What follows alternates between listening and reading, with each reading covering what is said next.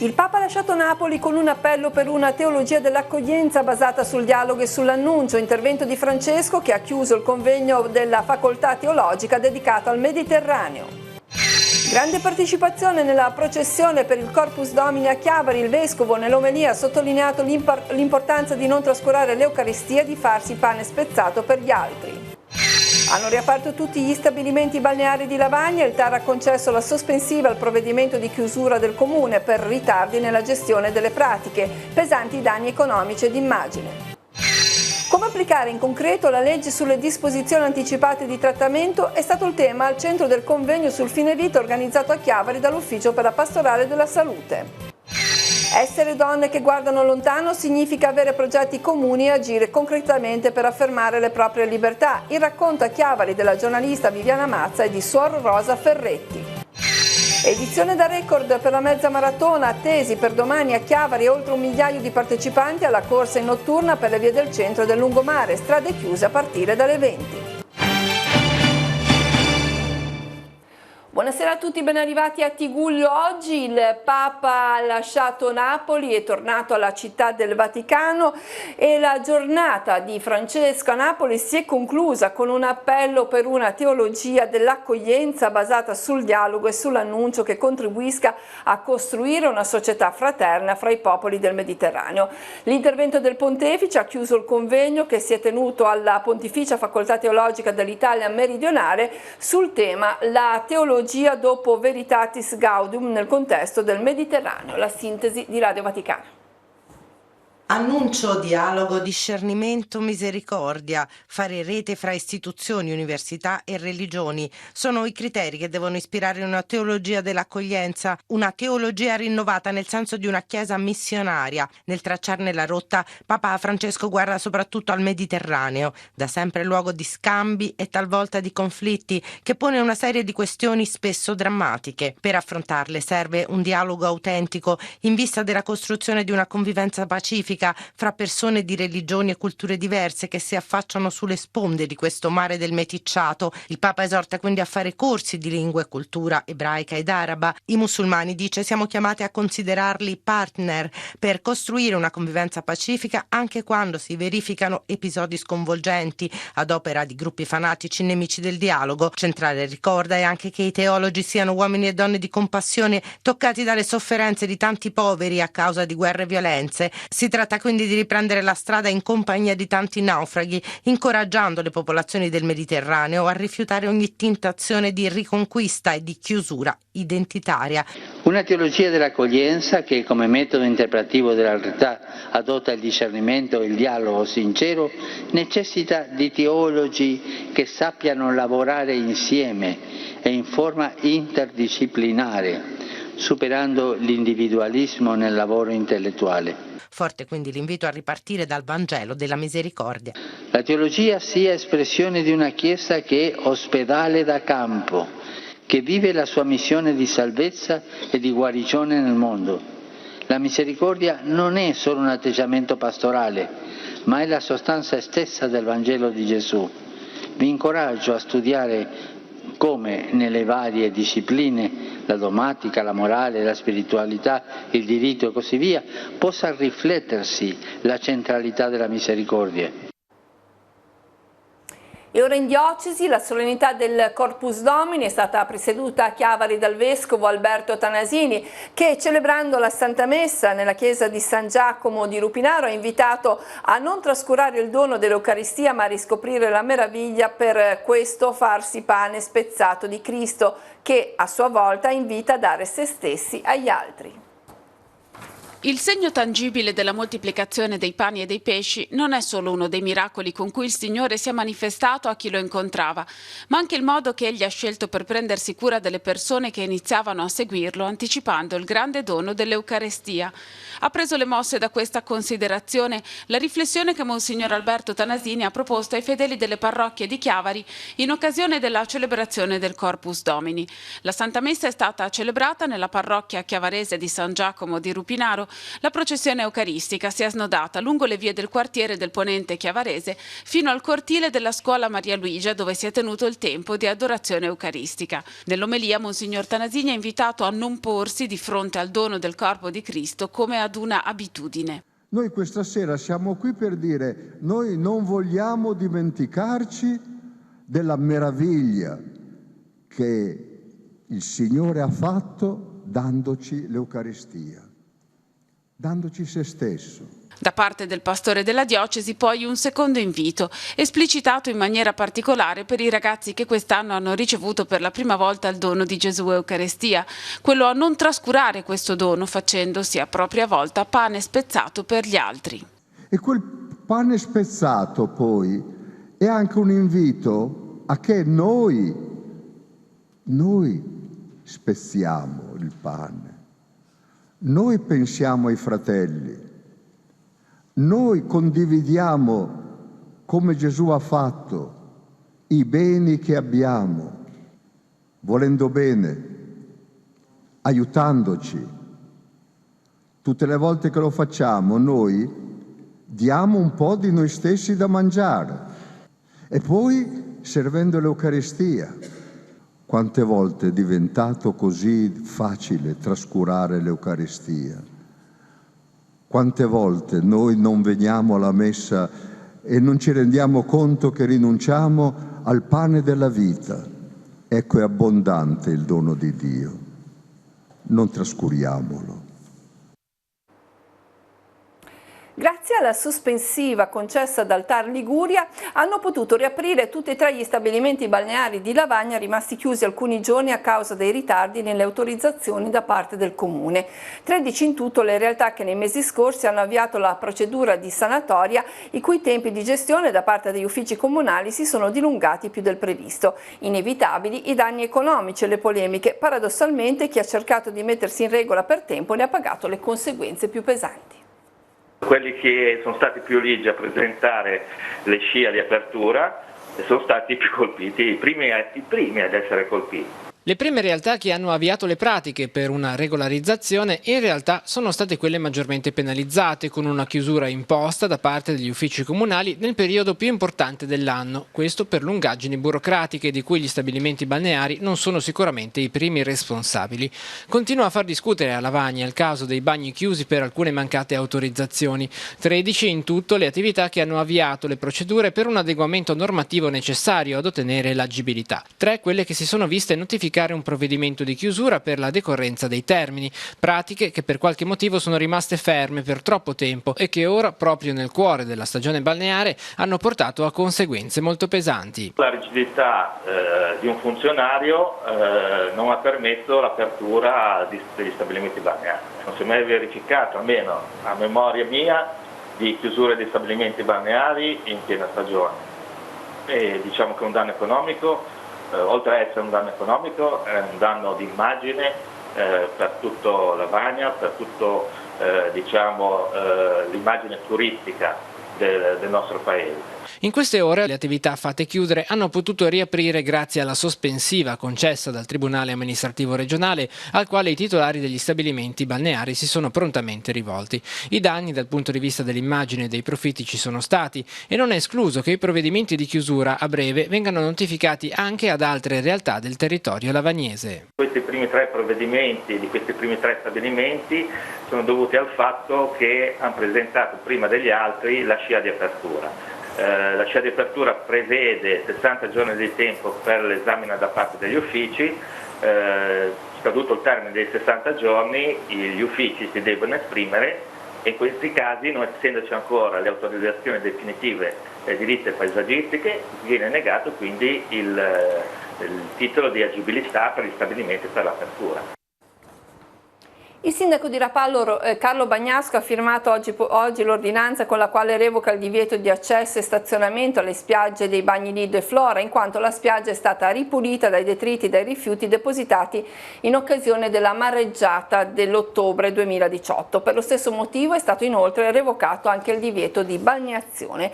E rimaniamo in mare per un soccorso avvenuto nel pomeriggio. I vigili del fuoco di Genova sono intervenuti per un natante in difficoltà che in fase di navigazione ha incominciato ad imbarcare acqua.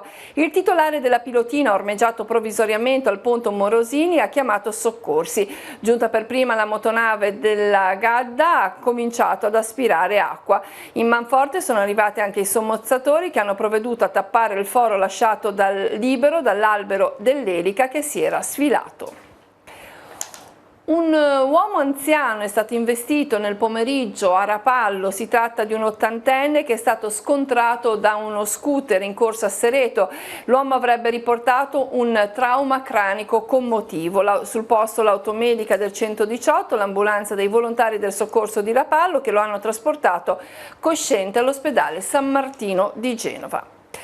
Operazione anti-evasione da parte di ATP. In coincidenza con l'inizio dell'estate, l'azienda di trasporto pubblico ha svolto nella giornata di ieri una serie di controlli tra Portofino e Casarza Ligure. 4 le squadre di controllori in campo che hanno verificato il permesso di viaggio a circa 1000 passeggeri, 30 i verbali elevati. Nelle prossime giornate ATP intensificherà ulteriormente le azioni di verifica a bordo dei propri autobus ed alle fermate al fine di contrastare il fenomeno dell'evasione tariffaria. In particolare saranno al lavoro sino all'1 di notte le squadre di controllori tra Santa Margherita e Portofino, soprattutto nel fine settimana. Le squadre di controllori coordinati da Angelo Rolleri aumenteranno l'attività con l'arrivo dell'estate, ampliando l'orario delle verifiche anche alla sera e al fine settimana. La legge sulle disposizioni anticipate di trattamento, il cosiddetto testamento biologico, non apre solo questioni di carattere etico, ma anche problemi di tipo interpretativo che sul piano pratico possono generare confusioni in chi si trova a dover prendere decisioni sul campo. Per questo gli uffici della Pastorale della Salute della Liguria hanno offerto un convegno di approfondimento con una tappa in ciascuna diocesi. La dimensione etica è la grande questione della medicina moderna, le nuove scoperte sul fronte della scienza, le frontiere della tecnologia applicate alla medicina aprono ogni volta nuovi scenari. Il caso della legge sulle disposizioni anticipate di trattamento, il cosiddetto testamento biologico, è un tema complesso sotto diversi profili. Per questo gli uffici pastorali della salute della Liguria hanno organizzato un corso di formazione con tappe in ogni diocesi. A Chiavari e al centro Acquarone sono state affrontate le diverse sfide etiche create dalla legge sulle DAT e ancora prima i problemi di natura interpretativa. Lascia aperte più domande che risposte e ci sono alcuni ambiti che devono essere chiariti. Infatti in questo momento viviamo una sospensiva fino al settembre di quest'anno perché qualcuno dovrà intervenire, in particolare è previsto un intervento del Parlamento per fare chiarezza in questi scenari. Ecco, laddove la legge non è chiara si aprono tanti dubbi e tante questioni e quindi è possibile che ci si trovi in difficoltà e non si sappia in quel momento specifico quale scelta è opportuno prendere. Il corso ha avuto anche lo scopo di ascoltare gli operatori sanitari che sul campo devono fare i conti con una normativa che in alcuni casi può rivelarsi complessa nella sua applicazione. È il caso ad esempio del diritto all'obiezione di coscienza, dell'idratazione e della nutrizione quali trattamenti sanitari, oppure la gestione del consenso reso da soggetti non giuridicamente incapaci ma non del tutto in grado di esprimerlo. Bisogna cercare di dare un metodo per fare in modo che il sanitario nel momento in cui ha la problematica di fronte possa porsi nel modo più giusto. La normativa non prevede espressamente la possibilità di soggetti di riferimento, però sarebbe opportuno che le aziende sanitarie al loro interno possano delegare uno o più referenti in modo da poter dare una risposta immediata e precisa e coerente con la normativa in tempi ristretti come richiede la pratica sanitaria. Nel caso dei cattolici, laddove la dimensione etica dovesse entrare in conflitto con la legislazione, si troveranno a dover fare una scelta tra Vangelo e legislazione e appare evidente, almeno per chi è convinto delle proprie scelte di fede, che prevarrà il Vangelo. L'ASL 4 è al 4° posto nella graduatoria nazionale delle migliori aziende sanitarie sotto il profilo della tempestività dei pagamenti. Dopo 2 aziende del Friuli e una della Sardegna si colloca la Liguria con l'ASL 4, un motivo di soddisfazione per la dirigenza per la quale il rispetto dei tempi di pagamento costituisce uno degli obiettivi principali. Open Day domani pomeriggio per l'asilo Giardino di Infanzia a Caviborgo, la struttura realtà paritaria da anni a servizio del territorio del comune di Lavagna, in sinergia con la parrocchia apre le sue porte per far conoscere la propria offerta formativa e gli spazi nei quali ad oggi sono accolti 18 bambini. Dalle 15:30 alle 19 le maestre, di cui una madrelingua inglese, accoglieranno i genitori che a settembre vorranno iscrivere qui i loro figli. A disposizione della struttura gli ampi saloni interni, il giardino e l'orto didattico, mentre dal prossimo anno sarà a disposizione dei più piccoli una stanza montessoriana in un percorso di continuità didattica con la scuola primaria del comprensivo lavagnese.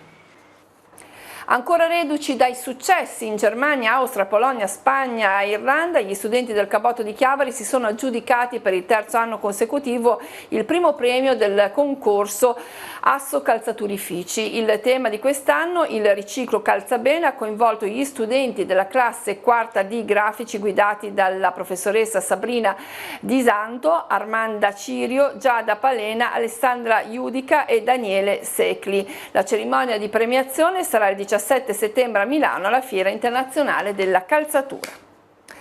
Tra gli eventi organizzati in occasione della Giornata Mondiale per il Rifugiato, l'associazione Verità per Giulio Regeni, il Tigullio non dimentica, ha promosso l'incontro Donne che guardano lontano. Alessandra Governa e Francesca Caporello hanno coordinato il dialogo tra Viviana Mazza, giornalista del Corriere della Sera che si occupa di esteri, e Suor Rosa Ferretti, coordinatrice del centro di accoglienza per ragazze immigrate Casa Stella Francescano. Essere donne che guardano lontano non significa solamente avere progetti per il proprio futuro, ma lottare e agire concretamente per affermare le proprie libertà. Se necessario disobbedire a quelle leggi dello Stato e quelle regole della religione che non riconoscono pari diritti e dignità a uomini e donne. Lo spiega Viviana Mazza, che dal suo lavoro alla redazione esteri del Corriere della Sera ha viaggiato tra Siria, Afghanistan, Arabia Saudita, Pakistan, Egitto e Iran e ha tratto ispirazione per scrivere un libro. Ragazze di Via Rivoluzione è un modo in cui sono state chiamate delle ragazze iraniane che alla fine del 2017 si sono tolte il velo, che in Iran è obbligatorio per tutti, anche per i turisti, anche per chiunque vada nel paese, e anche se è obbligatorio loro se lo sono tolte, lo hanno attaccato ad un bastone, lo hanno sventolato come una bandiera. E il velo era bianco e quindi questo sventolare una bandiera bianca, che normalmente sarebbe un simbolo di resa, è in realtà diventato un simbolo di battaglia, nel senso che queste ragazze hanno detto: noi siamo contrarie all'obbligo che ci è stato imposto dallo Stato di indossare questo indumento. In realtà il mio libro non parla soltanto di velo islamico, parla di battaglie anche all'interno della famiglia a volte, e anche nella società, e anche battaglie politiche in altri casi, che le donne stanno conducendo in 6 paesi di cui mi sono occupata come giornalista del Corriere della Sera. L'altra ospite, Suor Rosa Ferretti, si occupa di accoglienza e integrazione di ragazze immigrate. Per guardare lontano verso un futuro di libertà, il primo passo è l'istruzione. Quello che ci sta a cuore nel nostro progetto così e comunque nel cammino di queste giovani è quello proprio che possano avere un futuro nella libertà, un futuro di decidere che cosa fare nel loro domani e quindi renderle sempre di più autonome in questo cammino della vita. Sicuramente dalla scuola, per renderle capaci di comunicare il minimo indispensabile con le persone. Scuola e inserimento nel lavoro, nella società, insomma, quello che abbiamo cercato di fare e continuiamo a fare è proprio questo, insistere su questo inserimento culturale e lavorativo. L'associazione Due Torri di Zoagli organizza quest'estate una serie di eventi culturali, alcuni sono già in calendario mentre altri sono ancora in via di organizzazione. Le iniziative hanno in comune quello di sottolineare il forte legame tra la cultura e la città. Presentazioni di libri, esibizioni musicali e proiezioni di film. Sono le varie iniziative estive dell'Associazione Due Torri di Zoagli, che intende esaltare la realtà zoaglina con la promozione di proposte culturali variegate. Si inizia sabato 22 giugno alle 16:30 con Mirna Brignole, che presenterà il nuovo libro di Paolo Gennaro. Presentiamo un nuovo libro, La storia delle chiese e degli oratori di Zoagli, che è il 5° volume che presentiamo come Associazione Due Torri. Poi abbiamo domenica 30 alle ore 10, sempre nella Villa Vicini, sarà un rinfresco dove io consegnerò ai presenti un libricino sulla mia vita lavorativa e di attività collaterali. Poi abbiamo dal domenica 7 luglio fino a domenica 1 settembre, tutte le domeniche mattina alle ore 10, visite guidate al Castello del Duca a Canevaro e alla Villa Vicini. L'appuntamento è alle 10 davanti all'ufficio postale. Poi aspettiamo l'ok dal comune per fare 2 serate di jazz nel mese di luglio sempre a Villa Vicini, e da luglio tutti i giovedì 7 proiezioni di film serali sempre a Villa Vicini. L'associazione ha lavorato a contatto con l'amministrazione comunale, che ha concesso l'utilizzo di strutture che saranno valorizzate dagli eventi. Sono legati al comune di Zoagli la realtà di tutti i volumi che abbiamo fatti, poi anche le manifestazioni a Villa Vicini sono legati al comune perché ci aiuta economicamente, e noi nello stesso tempo apriamo questa villa che è molto bellissima, ben ristrutturata, al pubblico che la vuol visitare e vedere spettacoli. Da oggi è possibile utilizzare il servizio di bike sharing del comune di Sestri Levante tramite l'applicazione per cellulari Bici in città. Attraverso il proprio telefonino si può acquistare l'abbonamento al servizio e gestire l'utilizzo della bici. Sono 40 i mezzi in servizio a Sestri Levante, 7 le postazioni attive. Dal weekend di fine mese, sempre a Sestri Levante, sarà inoltre disponibile il bus del mare, un servizio gratuito che collegherà i campeggi di Trigose e Fossalupara con il mare e toccherà anche i parcheggi Badel Powell, Montepagano, Sestri Stazione, Sant'Anna. E sempre a Sestri Levante il comune ha conquistato un prestigioso riconoscimento per il progetto del parco urbano Nelson Mandela. La cerimonia di premiazione si è svolta al Palazzo della Triennale di Milano a margine del simposio internazionale Il paesaggio come strategia, dedicato alle esperienze di integrazione fra design e qualità del paesaggio urbano. Durante la conferenza Valentina Ghia e il funzionario tecnico Roberto Montanari hanno illustrato il progetto del Parco Mandela. Ora sfogliamo l'agenda degli appuntamenti, poi ci ritroviamo con tutte le notizie sportive.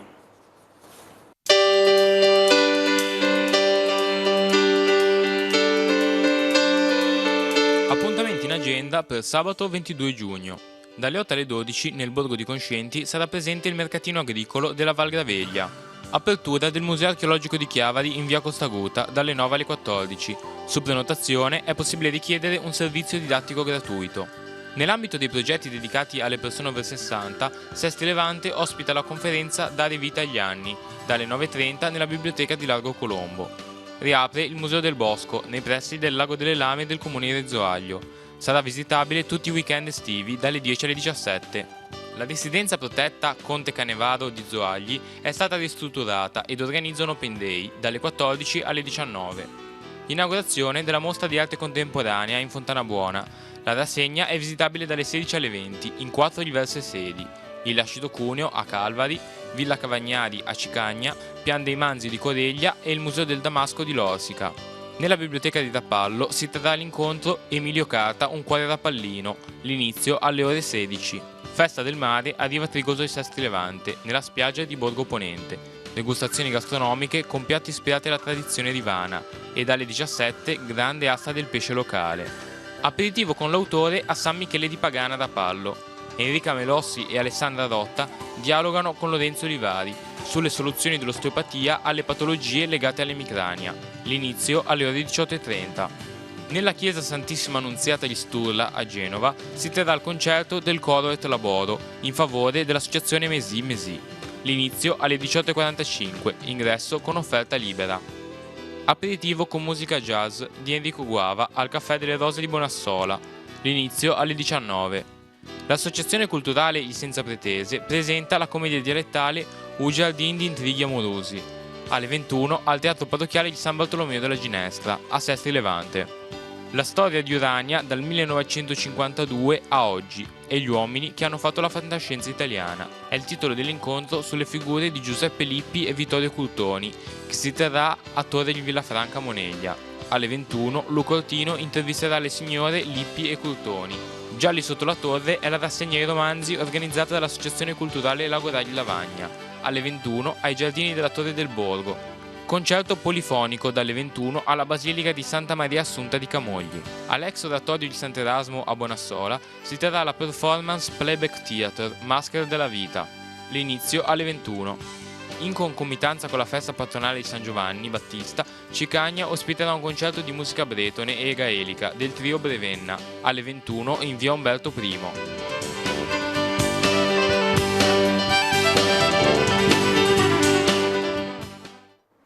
Tutto è pronto a Chiavari per accogliere la mezza maratona. Domani sera a partire dalle 20 le vie del centro saranno invase da quasi 1 migliaio di atleti e appassionati che correranno sul percorso ad anello di 21 km. Confermate anche le manifestazioni collaterali della Family Run, staffetta e la 7 km. Strade chiuse a partire dalle 20.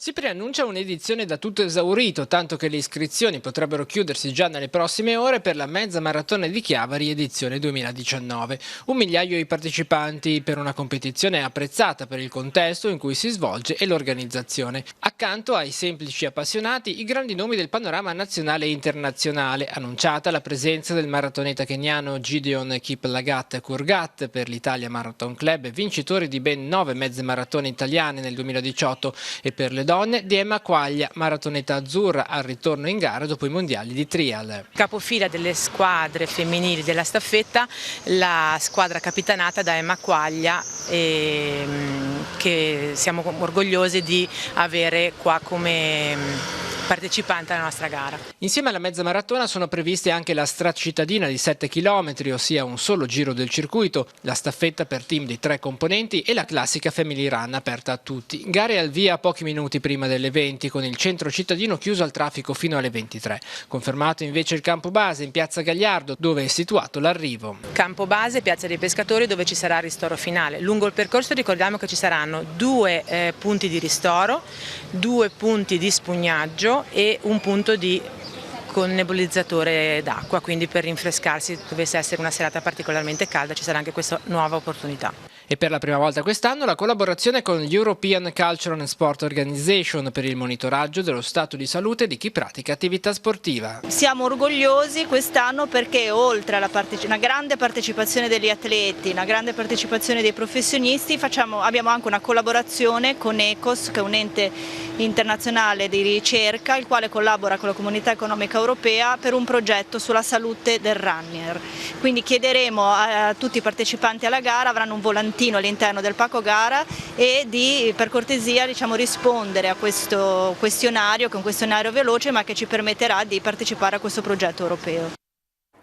Ricordiamo le strade che saranno chiuse durante lo svolgimento della gara, quindi a partire dalle 19:45, Viale Groppo, Corso Valparaiso, Piazza Gagliardo, Via Preli, Corso Buenos Aires, Corso Genova, sino all'incrocio con Corso Millo, Via Martiri della Liberazione, Piazza Matteotti, Via Entella, Via Piacenza, Piazza San Fron, rotatoria Viale Casman, lato ponente con attraversamento verso il lato opposto all'altezza del semaforo, Viale Casman direzione mare, discesa del Lungo Entella, altezza del salone automobilistico, proseguimento sino alla Foce e ritorno in Viale Tito Groppo. E ora andiamo a parlare di sport, perché c'è una novità importante che riguarda la Prorecco Pallanuoto. Stefano Longo, capocannoniere del campionato Serie A1 maschile con 81 reti, è il primo colpo del mercato della Prorecco, attaccante nel giro della nazionale. Nelle ultime 3 stagioni alla Sport Management, è nato a Chiavari il 5 gennaio del 1990. Indosserà nuovamente la calottina dei campioni d'Italia dopo la parentesi in biancoceleste nel 2012-2013. A Stefano è giunto il benvenuto da parte del presidente Maurizio Felugo e di tutto il club biancoceleste. E anche la pallanuoto femminile ha ottenuto un buon risultato, 2 partite, 2 vittorie per la Rapallo Pallanuoto alle semifinali del campionato Under 17 femminile, un risultato che proietta matematicamente le giallo-blu alle finali nazionali in programma dal 25 al 28 luglio. Alle semifinali il Rapallo è inserito nel girone 2 insieme a Milano, Ancona e le padrone di casa della Pallanuoto Trieste. Ieri le giallo-blu hanno avuto la meglio sul Milano, chiudendo il match per 7-9, questa mattina partita più agevole per capitana Elisa Bianco e compagni, l'avversario l'Ancona è stato battuto per 14-6. E concludiamo la pagina sportiva con la pesca. Si ferma ad Albenga la corsa per 4 atleti della FIMA Chiavari nel campionato regionale FEDER ai laghi di Gallinara. Non riescono a migliorare i loro piazzamenti Alberto Co, Alessio Alessiani, Marco Chino ed Enrico Botto. L'unico portacolori della formazione chiavarese a tenere alto l'onore è Emanuele Oliva, che, forte della vittoria nella prima prova, si è piazzato al 4° posto dietro il savonese Roberto Eikolzer e il secondo assoluto Dino Giuliani e il terzo Marco Ferrero. Proprio Oliva potrebbe migliorare la posizione nell'ultima prova in programma a luglio nel lago di Giacopiane per avere la certezza di essere ammesso agli italiani nel 2020. E con questa notizia si conclude il nostro telegiornale. L'informazione di Telepace torna domani mattina alle 7:30 con il TG rassegna stampa e poi alle 12:45 con il TG della fascia oraria delle 13. Grazie a tutti dell'attenzione, vi ricordo l'appuntamento con il Noi Chiesa. Vi mandiamo ora il riepilogo di tutti gli argomenti che verranno approfonditi questa sera.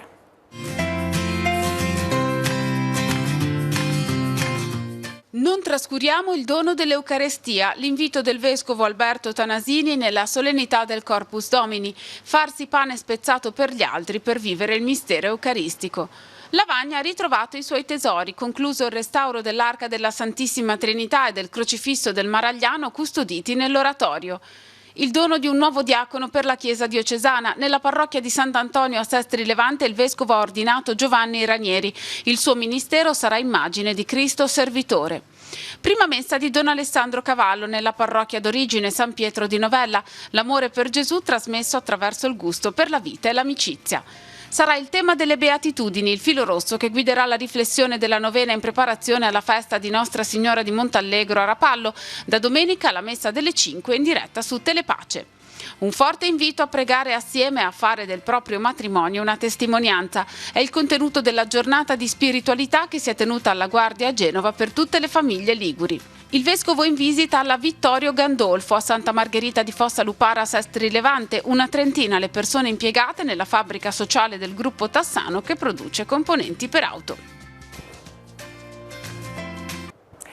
Noi Chiesa subito dopo il TG, noi ci rivediamo domani, grazie dell'ascolto e buona serata.